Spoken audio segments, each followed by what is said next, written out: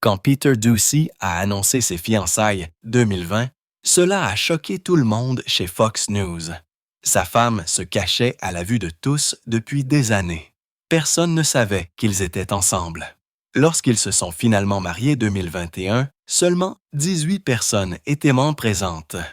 Elle gagne son propre argent, couvre ses propres sujets et a récemment accouché le jour de leur anniversaire de mariage. Mais ce qui est vraiment choquant, c'est la façon dont ce couple puissant opère, coulisses. La vérité sur leur relation va vous surprendre. Peter Ducey est né le 21 juillet 1987 dans le New Jersey, dans ce qu'on pourrait décrire comme la royauté de Fox News. Son père, Steve Ducey, venait de s'engager sur une voie qui allait changer leur vie à tous les deux. 1996, lorsque Peter avait 9 ans, Steve a rejoint la toute nouvelle chaîne Fox News tant que météorologue. 2 ans plus tard, au moment où Peter a eu 11 ans, Steve est devenu co-animateur de Fox and Friends. Le timing était incroyable. Seulement 3 ans, cette émission est devenue la plus regardée de l'actualité câblée, une position qu'elle conserverait pendant les 24 années suivantes.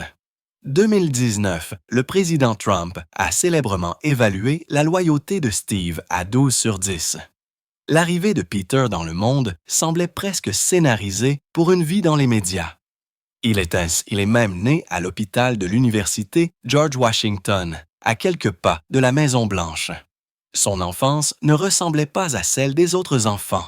Il a grandi avec des caméras, des lumières vives et une place au premier rang de la politique américaine. Steve l'a fait entrer dans ce monde très tôt. 4e année, Peter a fait sa première apparition à la télévision sur le réseau lors de la journée. Emmenez votre enfant au travail. Alors que d'autres enfants construisaient des ensembles Lego ou faisaient du vélo, Peter était assis sur le canapé de Fox and Friends à regarder son père interviewer des présidents et des célébrités. L'émission est devenue si influente que le New York Times l'a qualifiée d'émission de télévision la plus puissante d'Amérique. Trump l'a qualifiée d'émission matinale la plus honnête et l'a regardée si fidèlement qu'il la citait souvent sur Twitter. Steve a même célébré les anniversaires de Peter direct à l'antenne. Les photos de famille racontent l'histoire d'un garçon qui était aussi à l'aise sur la pelouse de la Maison-Blanche que dans son propre jardin. Peter a fréquenté l'école St. Albans à Washington, D.C., l'une des écoles privées les plus élitistes du pays, où les frais de scolarité coûtaient des dizaines de milliers de dollars par an. Mais sa véritable éducation s'est déroulée dans les studios de Fox News, où l'histoire s'est déroulée devant lui. Pendant ces années, Fox and Friends a attiré moyenne 1,5 million de téléspectateurs et a même battu les émissions matinales des chaînes traditionnelles comme Today et Good Morning America sur certains marchés. Peter ne se contentait pas de regarder la télévision. Il absorbait le langage et le rythme de la conversation politique depuis l'un des plateaux les plus reconnaissables d'Amérique. Dès sa dernière année 2004, l'ambition de Peter était déjà visible. À seulement 17 ans, il a décroché un stage chez Fox News et est même apparu à l'antenne pour lire les moments forts du sport avec Brian Kilmeade. 2005, son père a fièrement annoncé direct à la télévision que Peter fréquenterait Penn State, mais Peter a surpris tout le monde choisissant plutôt l'université Villanova. Cette décision allait conduire à un moment décisif. 2008, au cours de sa 3e année, il a assisté à un forum politique avec le candidat à la présidence John McCain. Quelques jours plus tôt, Hillary Clinton avait fait la une des journaux pour avoir bu un shot de whisky sur le sentier de la campagne. Peter a attrapé le micro et a demandé à McCain s'il voulait bien se joindre à lui pour boire un. McCain a ri, a dit que c'était l'une des questions les plus difficiles qu'on lui ait jamais posées, et ce moment a fait les manchettes nationales. De 2005 à 2009, Peter a étudié les sciences politiques à Villanova, où les frais de scolarité variaient entre 35 000 et 40 000 $ par an. Il n'avait pas prévu de faire du journalisme au départ. La faculté de droit semblait plus probable, mais cet échange sur le shot de whisky lui a montré le pouvoir d'une simple question. Et à partir de ce moment-là, le chemin a changé. La vie sur le campus n'a pas toujours été facile. Tout le monde savait qui était son père, et son nom de famille entraînait souvent des présomptions de privilèges et de népotisme. La ressemblance entre le père et le fils était si frappante qu'aujourd'hui encore, les gens les prennent parfois pour des frères. La pression de faire ses preuves était constante, et Peter demandait souvent conseil à son père, alors qu'il essayait de se frayer son propre chemin dans l'industrie. Pendant ses études, il a rédigé des reportages pour Pstraet et a contribué à des articles pour Fox News, acquérant de l'expérience tout naviguant sur l'épée à double tranchant d'un nom de famille célèbre. Le milieu des années 2000 a été une période de bouleversement dans les médias.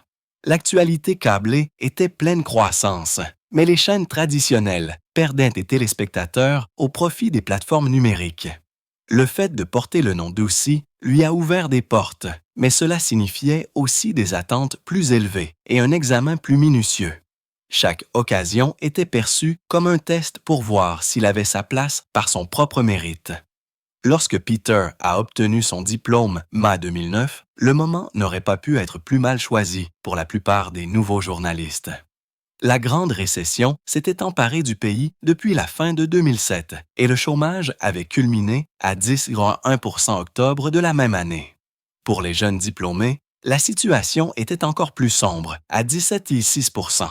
Les salaires des journalistes avaient chuté brutalement, passant de 35 000 2007 à 28 000 2009. Les salles de rédaction réduisaient leurs effectifs à un rythme historique, avec plus de 15 000 emplois de journalistes qui ont disparu seulement 2 ans.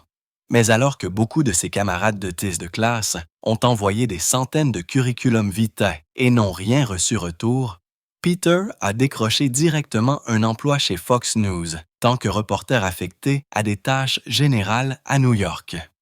Pour beaucoup de gens de l'industrie, cela ressemblait à un cas typique de népotisme.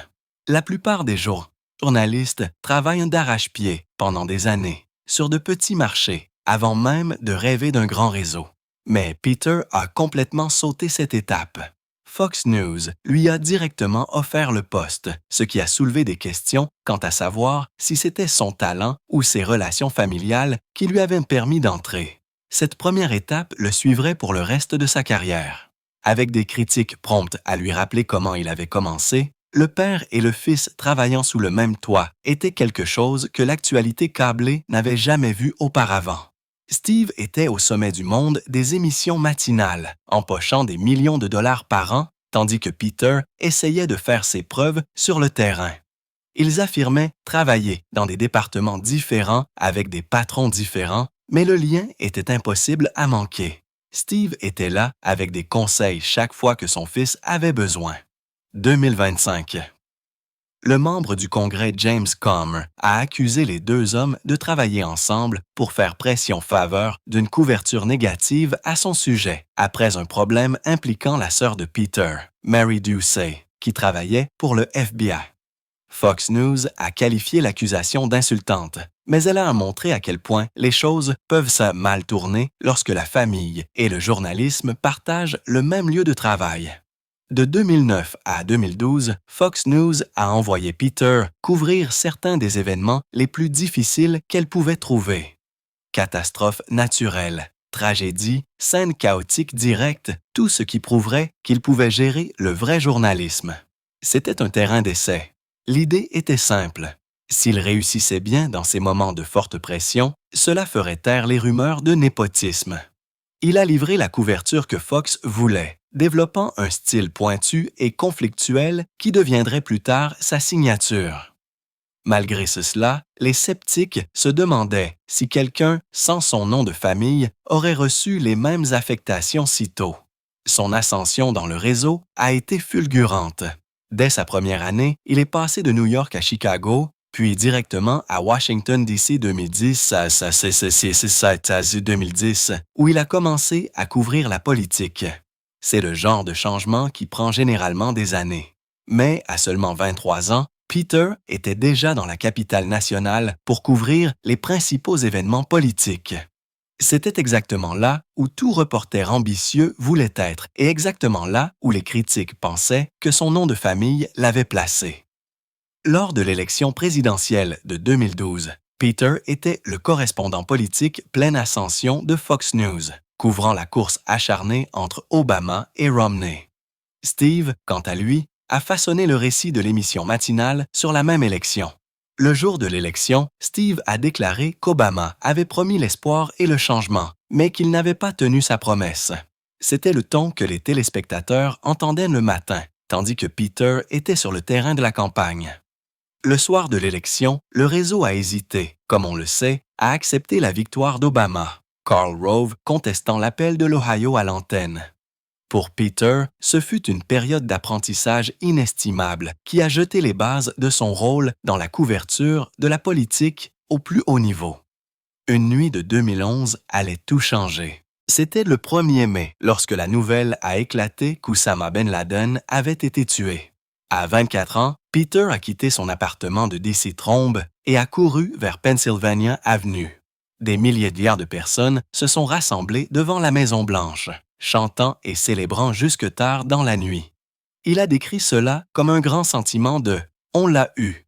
Il n'avait aucune idée que ce moment le mènerait à la plus grande histoire de sa carrière. Quelques mois plus tard, il a été discrètement présenté à Robert O'Neill, un membre du SEAL Team 6 et l'homme qui se révélera plus tard comme celui qui a abattu Ben Laden. Peter avait 27 ans lorsqu'il a commencé l'enquête la plus délicate et la plus dangereuse de sa vie. Pendant plus de 2 ans, il a gagné la confiance d'O'Neill dans le plus grand secret. Ils se sont rencontrés dans un pub irlandais à Pentagon City. Difficile d'imaginer un cadre aussi glamour pour une histoire qui a changé le monde. Chez Fox News, l'opération portait le nom de Code Gatewood, un clin d'œil à un commandant de l'armée qui avait capturé le chef Apache Geronimo, qui était le mot de code exact utilisé par les SEAL pour confirmer la mort de Ben Laden. Chaque réservation de vol, chaque note de production, chaque conversation sur le projet utilisait ce code pour garder le secret hermétique. Finalement, O'Neill a accepté de parler devant la caméra, brisant ainsi la règle de silence tacite des SEAL. C'était un énorme risque pour eux deux.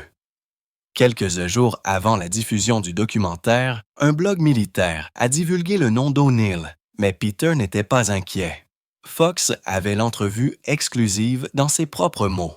O'Neill a décrit avoir tiré 2 fois sur Ben Laden au visage et l'avoir regardé rendre son dernier souffle. Il a raconté comment l'équipe croyait qu'elle était mission sans retour. Il a revécu le moment surréaliste où il a regardé le président Obama annoncer la mort de Ben Laden se tenant à côté du corps du terroriste.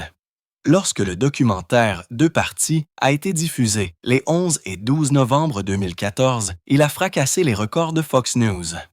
La deuxième soirée a attiré 3,37 millions de téléspectateurs, égalant ainsi le facteur O'Reilly pour la première place du réseau cette semaine-là. Du jour au lendemain, Peter est passé de jeune reporter avec un père célèbre à l'un des visages les plus reconnus de l'actualité câblée américaine. Octobre 2017, un couloir de la capitale américaine s'est transformé scène pour l'un des derniers moments inoubliables de John McCain. Le 18 de ce mois, Peter Doocy s'est approché du sénateur de l'Arizona et lui a demandé si sa relation avec le président Trump s'était tellement détériorée qu'il refuserait de soutenir tout ce que Trump lui apporterait. Les yeux de McCain se sont fixés sur lui et la réponse est venue rapidement. Le héros de guerre, n'avait pas souvenu. Vous voulez dire que je vais quelque sorte me comporter de manière à bloquer tout à cause d'un désaccord personnel? C'est une question stupide. La dureté de sa voix a percé le bruit du couloir. Quelques mois plus tôt, McCain avait émis le vote décisif contre l'abrogation de l'Obamacare de Trump. Le chemin de Doocy vers ce moment avait été préparé depuis des années. De 2014 à 2017, il a façonné un style qui ferait de lui le correspondant de Fox News le plus provocateur à la Maison-Blanche. Il ne gaspillait pas ses mots. Ses questions étaient sources et précises, conçues pour prendre les politiciens au dépourvu dans ces moments fugaces entre les événements. Avec le producteur Pat Ward, il a appris à réduire les questions politiques complexes, brèves séquences sonores qui pouvaient enflammer le cycle de l'actualité. Plus de la moitié du temps, il obtenait une réponse. Et c'était remarquable dans un monde où les politiciens évitaient tout ce qui était risqué. Ces questions étaient souvent chargées d'un certain tranchant et parfois d'une certaine performance, ce qui attirait l'attention et les critiques dans une égale mesure. Avant que la politique ne devienne sa principale scène, Ducey s'est fait les dents sur certains des jours les plus sombres de l'Amérique.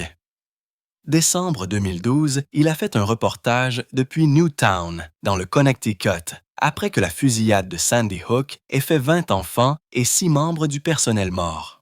4 mois plus tard, il était à Boston pour couvrir les conséquences de l'attentat du marathon qui a tué 3 personnes et a blessé des centaines.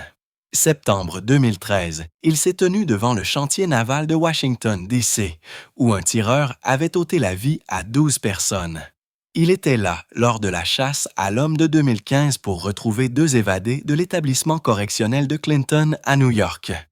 Et la même année, il a couvert le meurtre direct à l'antenne de la journaliste Allison Parker et du caméraman Adam Ward. Ses affectations ont montré qu'il était capable de fournir des reportages clairs et précis au milieu du chaos. 2018, son attention s'est de nouveau portée sur la politique. Les élections de mi-mandat avaient l'énergie d'une course à la présidence. Les démocrates visaient à faire basculer la Chambre, les républicains à conserver le Sénat. Ducey a voyagé à travers les États clés, l'Arizona, la Californie, la Floride, le New Jersey, le Minnesota, la Pennsylvanie, le Texas, la Virginie, suivant les courses qui allaient remodeler Washington. Les démocrates ont remporté 40 sièges à la Chambre. Les républicains ont conservé le Sénat. Cela a donné le ton aux 2 dernières années du mandat de Trump, et Ducey était là pour le changement. Ces affrontements ne se limitaient pas aux républicains. À partir de 2014, les démocrates ont commencé à se préparer à ces questions.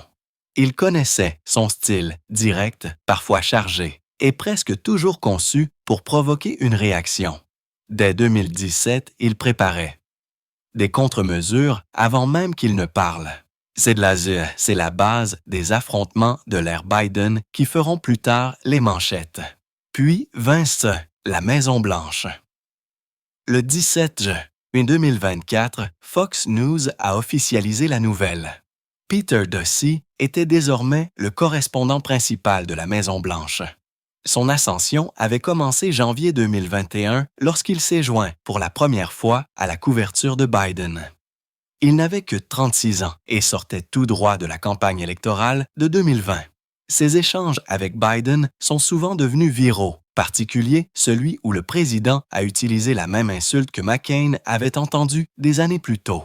L'une de ses grandes percées a eu lieu avant cette promotion, le 30 janvier 2020, à Des Moines, dans l'Iowa. Quelques jours avant les caucus, il a obtenu une rare entrevue avec le président Trump. La procédure de destitution battait son plein et Trump choisissait soigneusement ses apparitions dans les médias. Ducey a réussi. Cette entrevue a été diffusée sur Fox News et est devenue l'un de ses moments déterminants. La même année, pendant les primaires démocrates, il a décroché des entrevues avec Kamala Harris, Pete Buttigieg et Amy Klobuchar lors de moments clés de leur campagne. Harris était encore considérée comme une favorite lorsqu'il lui a parlé. Buttigieg grimpait dans les sondages. Klobuchar venait de réaliser une forte 3e place dans le New Hampshire. Dans un domaine bondé de plus de 20 candidats, obtenir ce genre d'accès était important, mais sa plus grande affectation à long terme était Joe Biden. À partir d'avril 2019, lorsque Biden a annoncé sa candidature, jusqu'à sa victoire novembre 2020, Ducey est resté sur le terrain. Les premières défaites de Biden dans l'Iowa et le New Hampshire ont cédé la place à un retour Caroline du Sud. Juste après la victoire de Biden est venu un autre test à enjeu élevé. Les élections sénatoriales de Géorgie le 5 janvier 2021. Le contrôle du Sénat était jeu.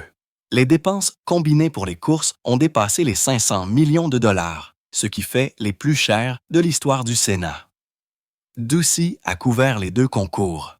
John Hoeven contre David Perdue, Raphaël Warrow contre Kelly Lafleur. Les deux démocrates ont gagné, donnant à leur parti une division 50-50, avec la vice-présidente Harris comme bris d'égalité. Ce résultat a façonné le début de la présidence de Biden, permettant l'adoption de lois importantes comme le plan de sauvetage américain de 1,9 billion de dollars. Peter Doocy s'est fait un nom dans la salle de presse de la Maison-Blanche. De janvier 2021 à mai 2022, ses échanges avec l'attaché de presse Jen Psaki sont devenus presque un rituel quotidien. Il l'a pressé sur le plan de reconstruction de 1 000 milliards de dollars, sur les politiques de la COVID et sur les mandats de vaccination. Juillet 2021, Psaki a qualifié l'une de ses questions sur les vaccins de tendancieuse et d'inexacte. Leurs échanges sont souvent devenus vifs devant la caméra, mais loin du podium, il y avait un respect mutuel. Lorsque Psaki a annoncé son départ, Doocy a surpris la salle, lui disant qu'il était désolé de la voir partir. Elle l'a remercié d'avoir toujours été professionnelle. Des extraits de leurs moments les plus vifs sont devenus viraux. Les fans les ont appelés des Psaki Bombs. À cette époque, l'inflation avait atteint un sommet près de 40 ans et faisait baisser ses cotes d'approbation. Moins d'une heure plus tard, Biden a appelé Doocy et lui a dit que ce n'était rien de personnel. Doocy a minimisé la chose à la télévision, plaisantant disant que personne n'avait encore vérifié les dires du président. Lorsque Karine Jean-Pierre a pris la relève, mai 2022, les affrontements se sont poursuivis. Elle est devenue la première femme noire ouvertement gay à occuper ce poste. Doocy l'a interrogée sur d'anciens tweets où elle avait qualifié l'élection de 2016 de volée, demandant pourquoi les républicains de MAGA étaient critiqués pour avoir nié l'élection alors qu'elle avait fait des affirmations similaires. Leurs moments de tension se sont accrus lors des questions sur la frontière, l'économie et surtout décembre 2024, lorsque Biden a gracié de façon inattendue son fils Hunter. Elle avait auparavant dit aux journalistes qu'il n'y aurait pas de grâce et Doocy l'a pressée de questions pour savoir si elle devait des excuses au public. Jean-Pierre renvoyait souvent les questions à d'autres ministères, mais son style défensif est devenu une partie de son image publique. Les questions les plus difficiles de Doocy ne se limitaient pas à la politique intérieure. Lors du retrait chaotique d'Afghanistan août 2021, il a pressé Psaki au sujet des Américains bloqués dans le pays alors que les talibans avançaient.